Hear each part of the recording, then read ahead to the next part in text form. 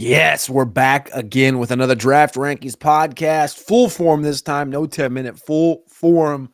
And I got my man, Matty Kiwoom, as always, here on a beautiful, beautiful Tuesday, the week before the 2025 NFL Draft. I can't wait. We got one more of these shows before the draft. We're going to be talking about like team tendencies going into the draft. A lot of big, juicy nuggets coming next Tuesday is the goal. Big, juicy nuggets is an interesting way to explain that. But today, we're going to be going through Matty Kiwoom draft rumors, all the draft rumors. You went over to X, you talked to Grok, you said, "Hey man, what's the buzz right now on X? What's the biggest buzz? What's the biggest notes surrounding the NFL draft?" So we're going to talk about him. He gave us 10 nuggets to talk through, 10 warm, burning, heated up draft rumors to talk about today. We're going to get to him here, but Matty Kiwoom, how we doing? Doing good. Very excited. Now it's starting to see what's going to happen. We're starting to maybe solidify, some of these selections, but it feels like every time you think you could put, some ink to pad and kind of get your bearings on what this draft's going to look like, something drops. A rumor comes out. That's why we're going to talk a little bit about these rumors and see what we can debunk. All right, number one, we'll just jump right into it then. First, click that like button, click subscribe if you are here on YouTube. If you're on X, also, again, reshare this thing. If you're on podcast, leave a 5-star review. It'd be much appreciated. Number one, the Titans are locked onto Cam Ward at number one overall. I think that's a factual statement. It's just a factual statement. It's we can see it in the tea leaves now. I mean, they're making it known. The Titans are making it known. It was fun to speculate, and it was fun for us to call our shot when it was a pro day and who showed up to the pro day. But then once they canceled the Colorado guys, the private workout, the dinners, the meetings, it was set in stone, right? I mean, that was the moment, and not so much for Shador. I think more so for Travis Hunter. Once they decided that we don't need to do due diligence on Hunter and his background and his character and his fit in our organization, was the moment they flipped the sign around. You have the open for business sign. They flipped that sumbitch around. It says closed now. They're locked in. They're on the clock. They're going to make that draft selection. Cam Ward, they're already preparing to onboarding Cam Ward, how we're going to do it. What is our second round pick going to look like? Are we going to get somebody that helps Cam Ward? Are we going to address a defense? What are we going to do? They're already on to round two and how they're going to, kind of kick off day two in the NFL draft because Cam Ward, Titans, it's a lock. It's a virtual lock right now. Yeah, it's locked. The two questions I had was, one, canceling those visits with Travis and Shador tells me that there's even no interest in even moving down, because if you're going to move down, you'd obviously would continue to have those. And number two is, have the Titans sent Cam Ward the playbook yet? That would be my next question, because it feels like that's where we're at. Number two, let's move on past that because that was pretty obvious. That was an easy one. Grok says that Shador Sanders' draft stock is sliding. The chatter that Colorado quarterback Shador Sanders, once a top 5 lock, might slip out of the top 10. Concerns about his processing speed and fit in certain systems are surfacing with some experts, suggesting teams like the Giants and Raiders could pass on him for other needs. Do you buy it or do you sell it? Shador's current ADP right now in the mock draft database fell from 1 to 2. It's now down to 4 pretty consistently over the course of the last couple of months. Some of the latest mocks, it's literally all over. You still have guys that mock him to the Giants at 3, lots and lots of Saints at 9, tons of Steelers at 21, Steelers trading up to 7. You get the occasional Cleveland Browns plugged in there at 2. People still hanging on to that. Raiders at 6. It's kind of all over the board between 2 and 21. So I think first thing we have to address is, any of the people out there that are nervous that AI is going to take over the planet. I think there's some time for that because Grok, his processing power, that's the only thing that we're not worried about when it comes to Shador. The only thing I think teams are like really, really excited about getting their hands on is his ability to process quickly and make plays. So I think the rise of the machines, we could put that on the back burner for a little bit. But in terms of this, I think what we really have to talk about is the individual teams and where they're selecting and kind of break it down, because falling outside of the top 10, I still think is unlikely because that Saints 109, the Saints 109, why even leak that Derek Carr is thinking of shoulder surgery right now? Why? That's something you don't even have. If you were not Can I like tell you you why? would want to know why. Because there was already a leak about a month and a half ago that there was potential to post June 1 cut him. Yes, I did. I do And an remember that rumor. injury Yes, only yes. enables that. An injury only continues to enable that, and for you to get out of some of that money more even easier. So okay. Well, that makes sense. See, that's why we have these conversations because that does make a lot of sense. Now I think we have to pretty. I think we have to almost 50-50 type prediction here for the Saints going quarterback. I don't see the Jets taking a quarterback at 7. I don't think the Raiders are going quarterback at 6. I think they're way more likely to take a third round Will Howard than they are to take a Shador at 6. So now we are talking about him falling outside of the top 10. There's a trade up possibility. So for me, the reason why I think it's probably unlikely is that there are still opportunities for teams to trade up inside the top 10. Teams like the Pittsburgh Steelers, perhaps. I mean, we continue to hear this drumbeat that the Dolphins may be in the market for a quarterback. Seems kind of crazy, but if you are if you are if you are thinking about moving up from Tua and Mike McDaniel is looking to get a new quarterback, doesn't Shador seem like the perfect guy for that system, that West Coast offense, that Kyle Shanahan spacing, timing, processing type of offense that he runs? He wouldn't have to bomb it deep to Waddle and Hill. You just get them the rock and let them do their thing. It feels like Shador in South Beach would be a dynamite fit. And a lot of people are clamoring, what's going to be this year's Atlanta Falcons? What's going to be this year? Maybe it is. Maybe it is the Miami Dolphins. Maybe they trade up. But in terms of the fall for Shador, I don't even know if I'm going to debunk it. I think that the fall is happening. He's not going to be there, or he's going to still be there towards the back part of the top 10, where a few weeks ago we were thinking he's a lock for 3, he's a lock for 2.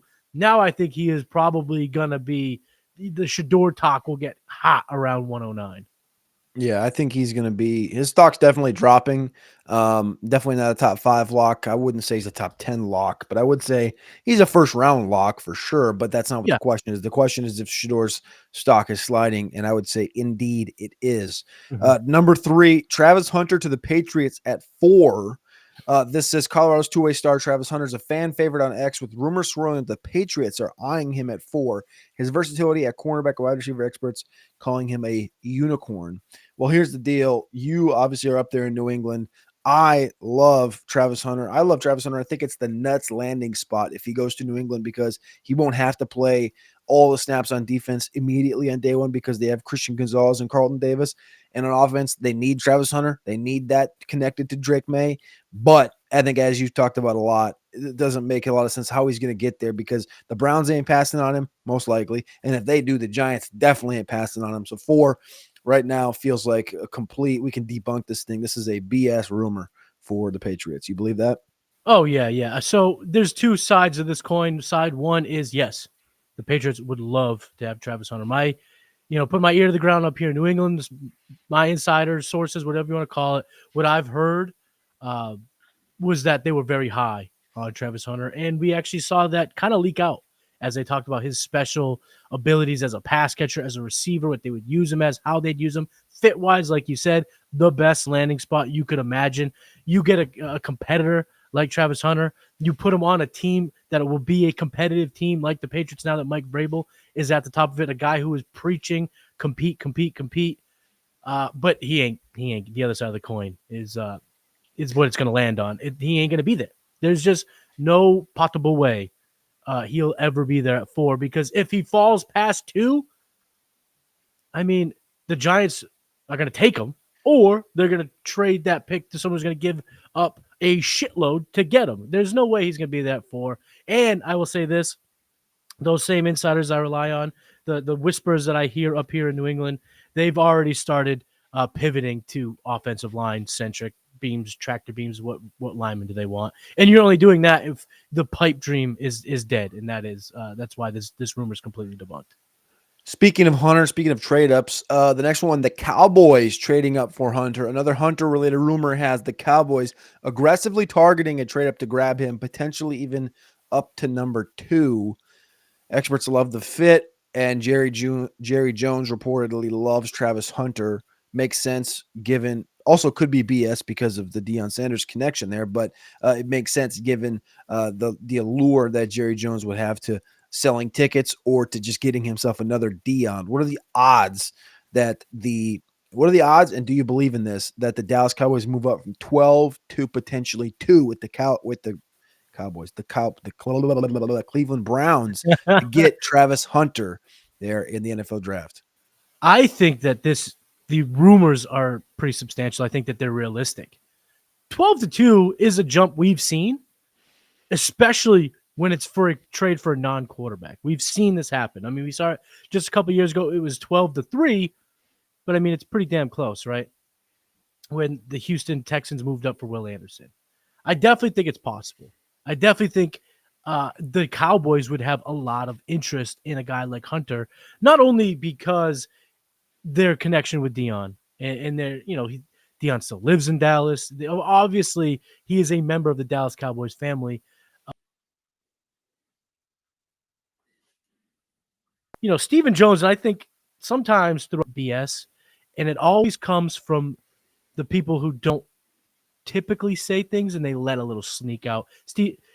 Jerry Jones' son, Stephen Jones, he let it slip out that they're looking for an explosive wide receiver too. In my opinion, one of the biggest tells of the entire draft season, because the only way they can get that is a round 1 wide receiver, right? I mean, you're not getting an explosive wide receiver in round 2.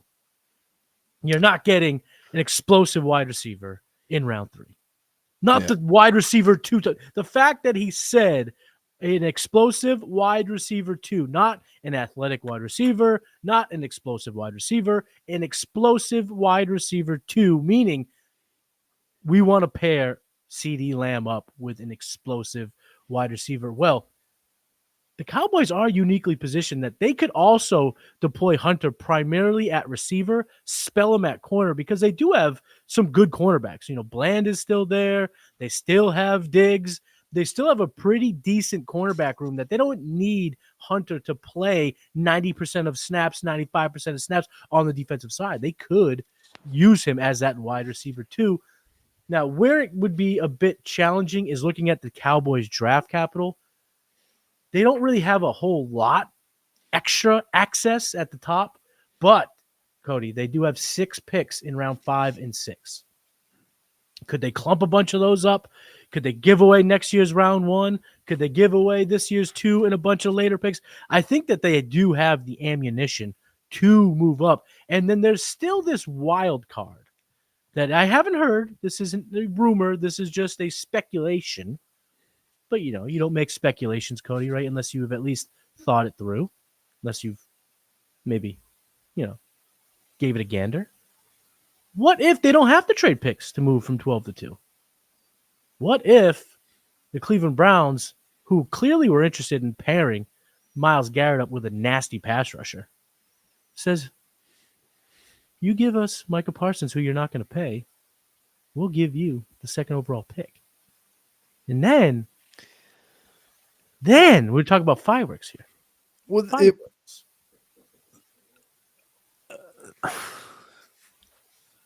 Then you just don't have a pass rush. Then you have a pass rush. But you'd have the 12th pick. You'd have the 12th pick, the 12th overall pick, to potentially grab Mike Green, grab James Pierce.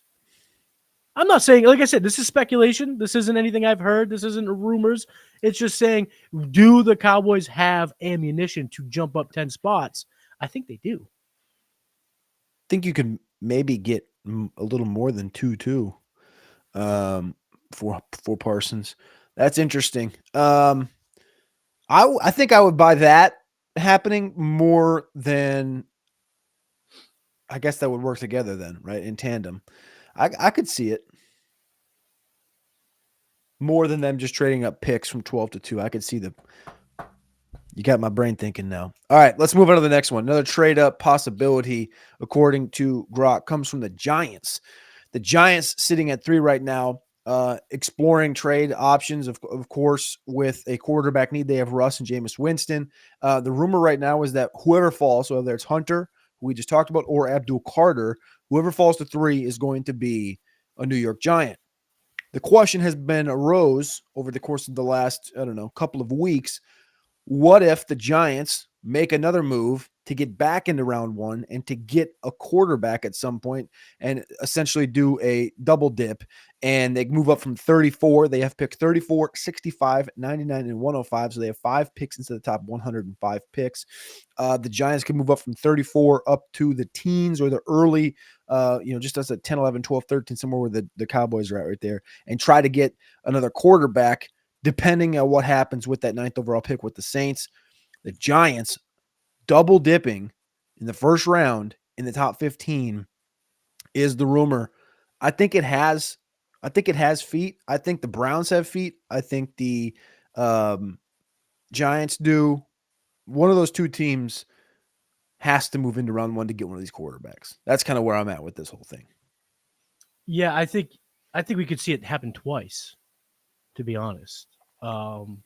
Because both the Browns and the Giants have second, third round picks. So they have a little access. So why not go from 34 or 33 into the early 20s, mid 20s, wherever you have to, because then you can just give away that access, a third round pick, that extra third round pick to do it. Most trade calculators put you in the ballpark. Have a team move, say, from 24 to 34.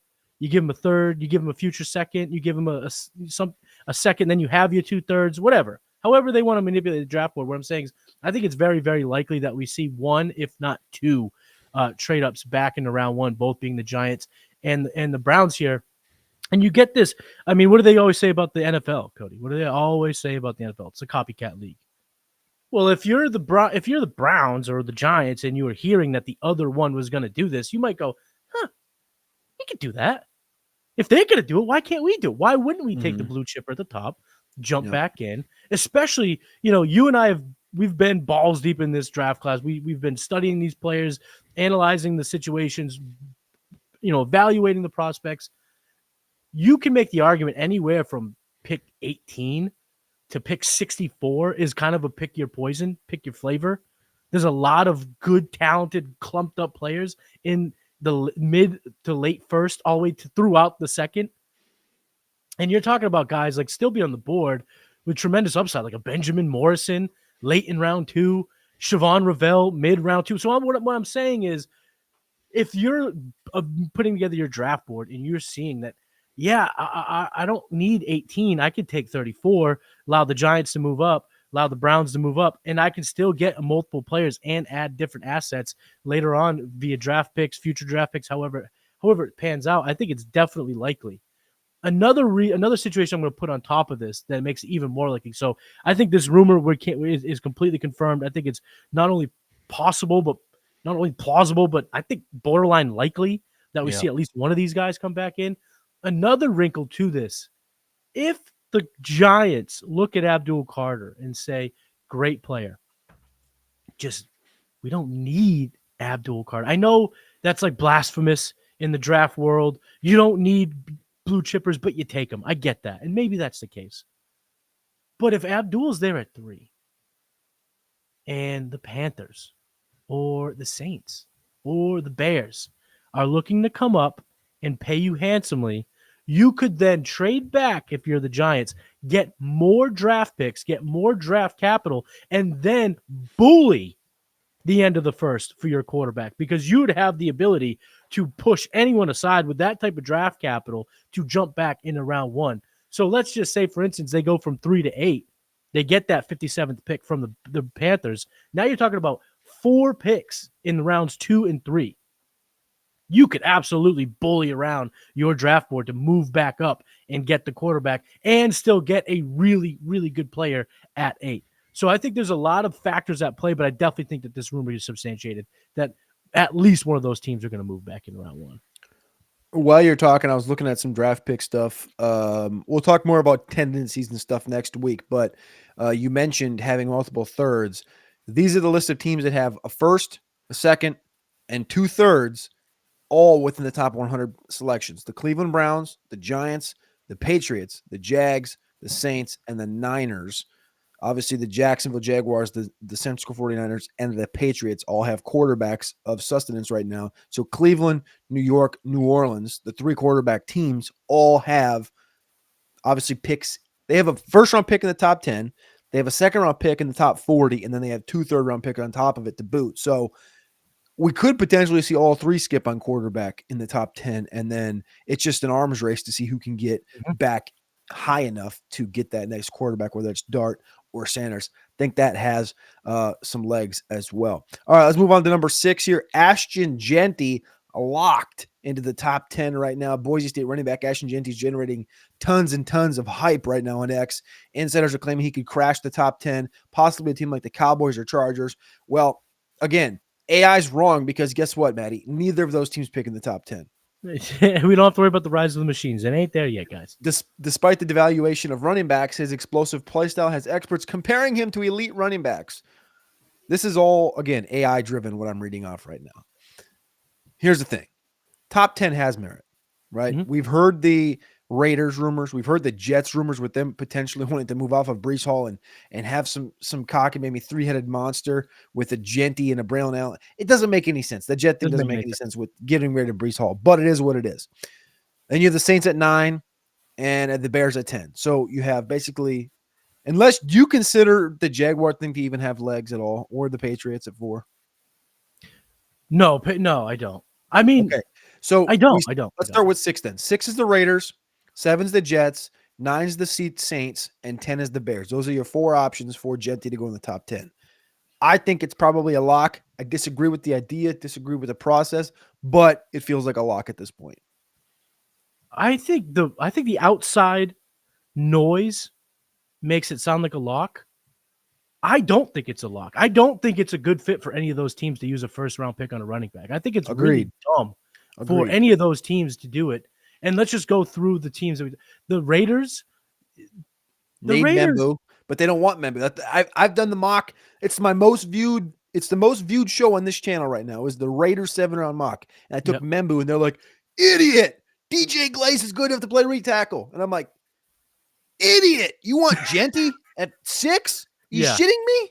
You shitting me? Not Membu. It's got to be Will Johnson, Jahdae Barron, whoever cornerback. Because yes, we were on this very show last week talking about how they were going to get a corner to pair up with Jones. Well, they cut Jones, so now they need to replace him. I think that there's a lock that they take a corner, especially with Pete Carroll's history. I mean, Pete Carroll has continuously developed the Legion of Boom, all these cornerbacks to go into his first season as a expected. I mean, let's face it, the Raiders want to win more games than they did in 2024, in 2025. That's why you bring a guy like Pete Carroll. You don't bring in Pete Carroll to lay out a 3-year plan. No, you get a guy in like that to change shit now. He's going to be looking for a difference maker. I think they're a lock for a cornerback or a trade out. So I don't think Jeanty goes to the Raiders. I don't think it makes sense for them to take a Jeanty, especially when, here's the thing, folks. Chip Kelly, offensive coordinator, you don't think he's in that room pounding the table for one of his backs from OSU? And one, if not both, do project to be available in their second-round pick. Or they can move up 3 spots and lock one of them in. I think that's far more likely than them taking Jeanty because we've talked about this ad nauseum. Jeanty's great. He's a very good player. He's not head and shoulders better than the OSU guys. He's not. He's good. He's better. But if you're telling me I can have Will Johnson and Quinshawn, he's probably head Barron and maybe nose the top of your head, maybe like nose to head. I don't even think he's a full mouth over mouth. Agreed. He's better. Yeah, he you know how much better he is than those guys. He's not 30 draft picks. He's Wilson in Home Improvement better. And if you're listening, that means that's nose at the top of the head. He's better. But if you can get Will Johnson, Jahdae Barron, and Travion 30 picks later, or you're talking about Trey Amos and Ashton Jeanty, sign me up for the first. Sign me up for the OSU guy in round 2 and Jahdae Barron or Will Johnson in round 1. So I wanted to spell that. Jets, As a Patriots fan, it would be the most hilarious Jets bullshit to do to trade away Brees and get Ginty. I think they should just trade away Brees for the draft picks and use the 2 kids they drafted last year. That's what I think they should do. Not trade Brees for what are they going to get, a third, a fourth round pick for Brees right now? Like, this isn't fantasy football, people. Yeah. They're not getting much for Brees Hall, who's coming off of 2 injuries, or a second injury, I should say. So let's take them off the board. Probably Let's a fourth, to be honest with you. Right. So I would do that and then just go with Braylon Allen, Isaiah Davis, and take Dylan Sampson in the 4th, or Jaquez Hunter in the 5th or 6th, whatever. That's the move I would do. But again, I'm not running the show, and who gives a fuck what I think? We're talking about what we know and what we project. And then we move on to the Saints at 9. They can get out of Kamara's contract this summer, but it's like a $30 million cap hit, and then next year they can fully let him go. But he's got like a $30 million cap hit. And I would also say this, like, Kellen Moore, he's an offensive guy. So everyone is believing offensive guys are going to get offensive players. No, Kellen Moore is coming from like good, solid NFL programs, right? Like, you can talk shit about the Cowboys. At least they're competitive. They have a basis for being semi-successful. Then you have the Chargers, who he saw firsthand what not to do, because once he was exiled out along with Brandon Staley and company, they brought in a real program runner and seen how that looks. But then he goes to the Eagles and he sees firsthand how they win football games, how they attack and I don't see them using a 9th overall pick for a running back when Mason Graham might be available. Jalen Walker may be available. Shamar Stewart will definitely be available. There's all of these defensive linemen that are difference makers that will be available. I don't see them kind of going the sexy way out, when I don't know if that's even the sexy pick. So I want to take them out. And this lands me at 10, Cody. And I said all this to bring it to 10. I will learn a ton about Ryan Poles, Ben Johnson, and that operation with this pick. Because if they go Tyler Warren, if they go Ashton Ginty, I will lose almost all of my faith that they're going to turn this thing around. Yep. Because you don't turn that program around by taking a third. Ginty would be their number 1 running back. I'm not saying it, but they have 2 guys in house that are serviceable, so they'd be getting just another running back or a second tight end. Again, Tyler Warren's better than Cole Kmet, but you're talking about having guys in house and just bolstering up and pushing up a position in terms of from here to here, from an 8 to a 9 or a 7 to a 10, whatever. Or you can solidify your offensive line. And I don't know why this Kelvin Banks hate has gotten to where it is. I don't get it.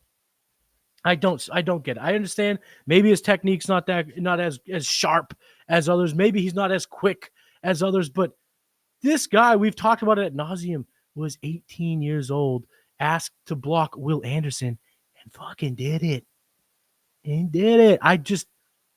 If you're the Bears and you let Membu, Banks, one of those guys go to take one of these shiny toys, then it's just business as usual for me for the Bears. And I say all that to say this.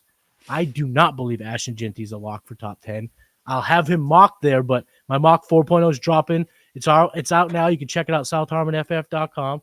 I have him going inside the top 10, but it's a team we haven't even brought up. But the Bears going with one of those offensive weapons when their offense is already primed to win would be so dumb. It'd be so Bears to do something like that. Debunked. Not a lock for the top 10. I agree with you. I agree with the whole process. And I will say, if the Bears take anybody other than an offensive tackle at 10, I will have a pseudo meltdown on the live stream. That's for sure. All right, number 7. Speaking of the Jets are targeting a day 2 quarterback. There's talk on X that the Jets, picking at 7, might skip a first-round quarterback, which makes sense now that they got Justin Fields, I guess, and target someone like Tyler Shook or Jalen Milroe on day 2. This stems from their reluctance to trade up and belief that Darnold could outperform this class's quarterback. It's a spicier rumor given the Jets carousel, and it's credible. It's not credible because you just said Darnold. Yeah, where's Darnold coming? You dumbass artificial intelligence. Bullshit. Grok, Well, Gronk needs a spanking because this is some old shit here with Darnold. But the thought still stands because this is a rumor on X right now that the Mhm. Jets could potentially be targeting day 2 quarterback. I've not heard that first sentence where they said they might skip on a first round quarterback. They haven't even been in the conversation, really. Right, And right. I sort of wonder if maybe they should be because they have Tyrod, they got Jordan Travis, they got Justin Fields, they got just a what's a good word for this? It's like a different it's like a Neapolitan. This is not a race thing. It's like a Neapolitan back. It's like a Neapolitan quarterback room, right? It's No, like every different no, type. because You have your rushing quarterback in Justin Fields that can't throw the football. You got Tyrod Taylor, who's just a wily veteran that's been in the league for a yep. decade. And then you got this spring chicken, Jordan Travis, that had a busted foot and didn't do anything last year. You have three entirely different things going on in this quarterback room. Why not add a fourth? I just don't get that in the first round. Second round, though, with Tyler Shook potentially coming in there at 30, 42 years old, 42 years old, or Well, Jalen Milroe, who could learn a few things from Fields and how he failed, and Tyrod Taylor and how he succeeded in his career. That could be interesting. I would buy the Jets are targeting a day 2 quarterback. I would buy it too. But I think in practice, I think they should start thinking of Plan B. I don't think any of those. I don't think any of those top four guys are there for them at pick 42. And I don't Wait, know say if they're in. 4. Wait. Who's 4? Who's 4? I So you have Ward, Shador, Dart. Who's 4? Milrow. Okay, so then Shook would be. It would be Shook. It would be Shook at 42. That makes sense. A 42-year-old going at pick 42 makes sense, right? But I kind of think that you're in for it. That you signed Fields. Uh, it's a 1 year deal. They don't have to play him. It's not like that. There's gonna be like this. This is how I'll say it. Again, Jets might jet because the problem wasn't just Joe Douglas. It was before Douglas. It was before the guy before that. It was before the guy before that. They just haven't been able to get out of their own way. You're telling me at pick 42, these are the names that are potentially there at 42. Josh Connolly Jr., Nick Scarton, Landon Jackson, TJ Sanders, Siobhan Ravel, Darius Alexander. You're going to tell me you're going to pass on those types of prospects for Tyler Shuck? Like I don't see it. I think it would be so bad for them to do that. And if I was them, I would start looking elsewhere because of this noise. And they're plugged in. They're in the league. They hear what we're hearing, plus so much more. If they're already preparing to watch the Giants and the Browns jockey for the second and third quarterback off the board, then you have to factor in a team like Pittsburgh. Do they take their quarterback of the future in the 20s? Does a team like the Saints jump back in to round one? Or they just sit what they are at 40 and take their guy 2 picks ahead of the Jets? I think it's time for the Jets to stop thinking about a quarterback in the first 2 rounds of this draft. Don't even put it in their mind because they're going to have to trade up probably to make that happen. And they're not in any position to do that. You listed the teams that have the access draft capital in the top 100. The Jets weren't one of them. They got one in the first, one in the second, one in the third, one in the fourth, two in the fifth. They don't got that type of draft capital to be moving around. And they're not good enough to be trading 26 picks thinking that they're a playoff team or better because they could be sitting there with the top 5 pick next year. So they're not going to be trading that type of capital. They're not going to trade the first round pick. They're not even going to trade their second pick, knowing that it could be a top 40 draft selection. So I don't think they have the bullets to move up. I don't think that they should. And I think that Aaron Glenn, as the new head coach, can kind of see how the Lions waited to start attacking their players like Gibbs, like Campbell. When they started attacking, they had their baseline there. And I think that they'll make a couple good picks if they go Membu at 7. That's a great that solidifies on offensive line. A Tyler Warren at 7 makes a hell of a lot of sense, and how that they can deploy him alongside a rushing quarterback like Fields. I'm gonna debunk this. I don't think that they look at a quarterback in the top 2 rounds. Agreed. I think you get your other tackle, you go Olu last year and Membu this year, and then you move forward with defense or tight end or edge in round 2. So let's debunk that. Let's stop. Let's take a quick pit stop at number 9 with the Saints. We talked about the Saints earlier, but this rumor came by way of the Saints are falling for one of Shador Sanders or Jackson Dart at 9. We talked about the Derek Carr contract earlier, that whole situation. The rumor that I heard more often than not, and the attachment was more that the Saints have a favorite of these two, and it's Jackson Dart. Do you believe that? I do.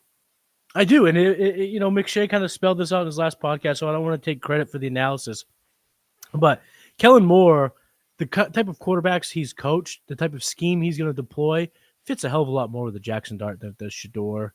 Plus, I also trying to read between the tea leaves. Todd McShay, others mentioned how reports came for these top 10 franchises where Shador just came across a little uninterested, a little less engaging, still intelligent, still, very capable of being an NFL quarterback, still very capable of running your franchise, not disparaging the kid, but did come across like, I don't know if I feel. And for me, I always thought that was the Saints. Pick 9.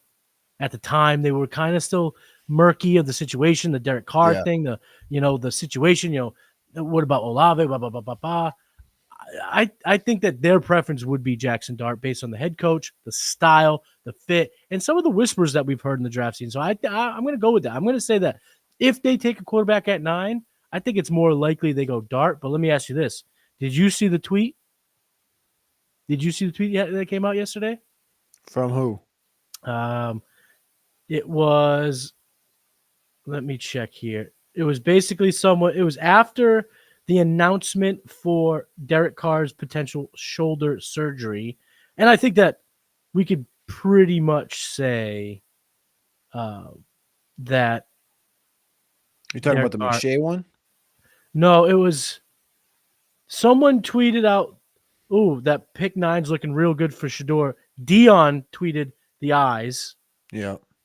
And then the Saints tweeted the eyes. Yeah. That probably was an intern that's been fired since yesterday, I would say. You don't want that type of shit online this close to the drafts. But do you think there's any smoke to that it could be Shador? I think they're just playing it like a fiddle. Yeah. I think they're just trying to play everybody like a fiddle. That tweet's still up, by the way, from the Saints account with the 2 eyes. Yep. On the Ryan So it was Clark strategic. Tweet. Yeah, it was strategic. I think it's all just a ploy. It's all they're just trying to throw as much smoke up in the air right now as possible. I think it's Dart, though. You think about Dart, and I mean, let's be honest with ourselves. I was going to say Dart would have Dart's got the most swag as far as how he dresses in game. Jalen Miller, I'd say out of game. Dart in a Saints uniform would be absolutely disgusting. And he kind of gives a little bit of the Drew Brees vibes. Now, from a comp perspective, I had one of the 2 comps for Shador I had was Drew Brees. The other was Teddy Bridgewater. So both guys feel like they really fit what the Saints have always been and will be. And I think either one would be the right selection. I do believe the Saints go quarterback in round 1. I don't know if it's going to be right here at 9. Like we talked about, they're one of a couple of teams that have a first, a second, and 2/3 in the top 100, so they can make a move to come back up from 40 in round 1. And you talk about tendencies. Here's a little spicy pick into next week. We're going to talk about draft tendencies next week. The Saints have traded up more than any team over the last decade. They traded up 6 times since 2014 up. So they traded up for Brandon Cooks, up 7 spots. Stephen Anthony, up 13 spots. Ryan Ramczyk, up 10 spots. Marcus Davenport, up 13 spots. Olave, up 5. They traded last year or 2 years ago to get Brian Persay. They traded up from 40, which is where they are this year, up to 29 to get a defensive lineman. The only 3 times they have not traded. That was last year to get Tillis Fuaga, Marshawn Lattimore in 2017, and Sheldon Rankins in 16. So we could see New Orleans also be amongst that group that is potentially moving from 40 into the teens to potentially get one of these 2 guys, whoever's falling the furthest. We got a spicy one to finish out, but we got Abdul Carter here at number 9 is a lock in the top 3.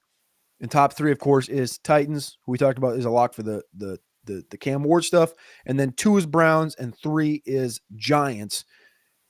Lock in the top 3. Or do you think your Patriots are going to have a chance here with Abdul Carter? I think he's a lock top 3. But before we really dive into that, because it's probably going to be quick, I do want to talk real quick about the previous rumor, the Saints, and what you brought up. First, in terms of the quarterback, there was a presence at Jackson Dart's pro day. There wasn't at the Colorado Showcase from the Saints. Just saying. But this is what I wanted to bring up, because you talk about trade ups and how they like to trade up. I was with my brother yesterday, and he's not like tapped into this stuff. He's just kind of like your fan. And he brought up a rumor that he heard. I don't know where he heard it, that the Patriots were potentially going to trade down with the Saints and get Olave. And if the Saints move up to 4,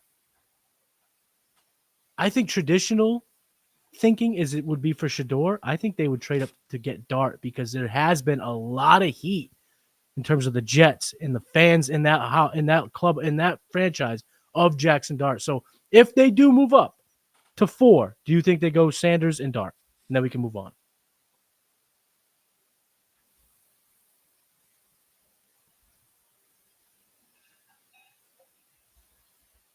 I think they go Sanders if they move up to 4.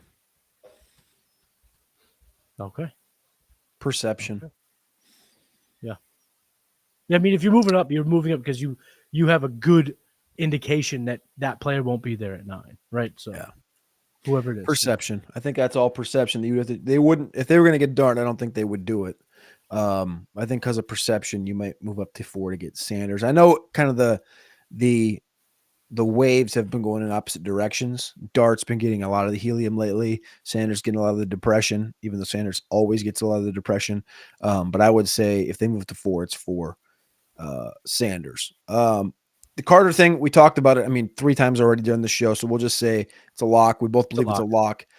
He's going to be a Giant or a Brown, regardless, one of the 2 situations. And then vice versa, it doesn't matter. Like we talked about, we think those 2 teams are heavily in line to try to get back into round 1 to get a quarterback. Let's finish it out with this, though. Number 10, the Philadelphia Eagles jumping up for a premium talent in this draft from 32 to get Kenneth Grant, Walter Nolan, or Colston Loveland. Grant from Michigan, defensive tackle. Colston Loveland from Michigan, a tight end. And Walter Nolan, a 3-tech from Ole Miss.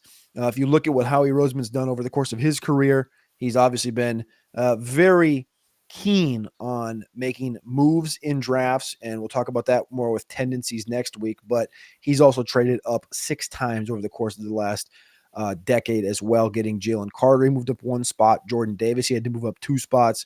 He hasn't made a massive move per se since 2016 when he moved up to get Carson Wentz from 8 to 2, but moving up from 32 to, let's say, 22 is 10 spots, and he's willing to do that. So will the Eagles move from 32 into the 20s per se to get a supreme talent like a Kenneth Grant or a Nolan or a Colston Loveland, one of these guys that has a first-round grade for some teams but not all? I think I'm going to debunk this. I don't think it's possible. I don't think they really have the bullets to move up. And I think they're sitting in a spot where, I mean, Kenneth Grant could be there for him. Walter Nolan could be there for him. If not, Derek Harmon. I mean, there's just a lot of players that they're definitely seeking, looking at to get. Now, the wild card, though, is the third name in your list, Colston Loveland. By all accounts, they would have to move up pretty substantially to get Loveland first. He'd have to get past the Colts. He'd have to get past the It would the take Broncos. Warren. Warren would have to fall to 14, and then we talked about this in the roster watch the other day. Warren falls to 14, and then where is the Loveland spot? The Loveland spot's in the 20s. You have to get ahead of the Chargers. You'd have to potentially get ahead of the Broncos. So you'd have to go. But I will say this, at 18, the Seahawks, I think they're the prime move back candidate for one of these quarterback teams, or for a team like the Eagles to move up. They're looking to really get more draft capital. You saw them trade DK for a second rounder. I could see them trading back to get more draft capital in 2025 and in 26. So I think there are some prime spots where they could move up to get Colston Loveland. That would be the guy I think they get. But in terms of the defensive linemen, edge rushers, I mean, could Michael Williams be there for him? Shamar Stewart could potentially be there for him.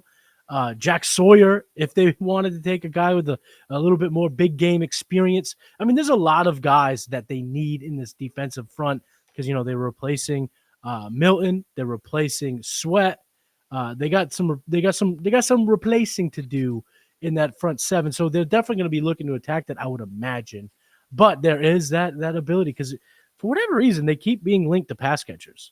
Feels like they have the pass catchers they need to win, but they continuously get linked to wide receivers and tight ends. I think a Loveland is a really juicy potential. And like you said, if he falls past 14, gets past maybe 17 to the Bengals, Howie Roseman might move up because he would be such a difference maker in that lineup. An already nasty lineup.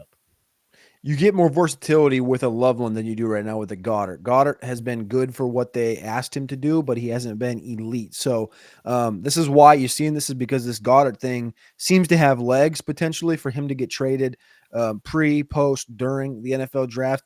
The other interesting thing is Jordan Davis is entering a club option year. So he's under contract this year, but they got to pick up his option for next year this summer, and it doesn't sound like they will, which of course would see Milton Williams leave, Josh Sweat leave this year. Now Jordan Davis leaves next year.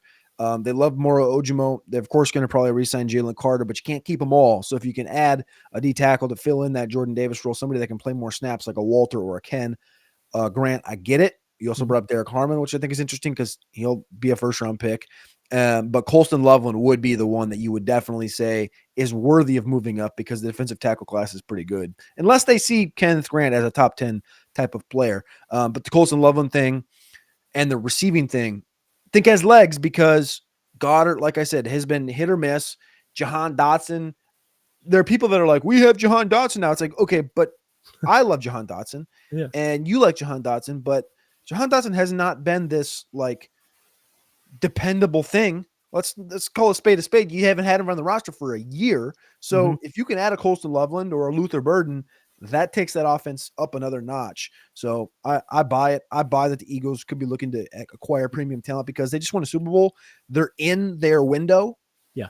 And with a guy like Howie Roseman, he's a guy that can extend a window and continue to open up that window and continue to, when you get it maxed out on the hinges, he's the guy that can grease it and open it up a couple more inches and keep that thing open as long as possible by adding a talent like Colston Loveland. We'll talk about some tendencies next week. That's going to be my favorite probably show of the entire pre-draft process, trying to figure out some things that could potentially happen. Philadelphia, though, 4 fifth-round picks this year. All within 10 picks of each other, all in like the 160s. I absolutely love what Philadelphia is doing right now. He's Matty Kiwum at Matty Kiwum on X. You can go get his latest NFL mock draft over at southharmonff.com. We'll be back next week with the last episode with me and Matty before the NFL draft. Tuesdays at 3 p.m. Eastern time. Otherwise, every single day at 7 a.m. Eastern time here on the Draft Ranking Show. Appreciate y'all. Love y'all. And we'll see you next week. Peace.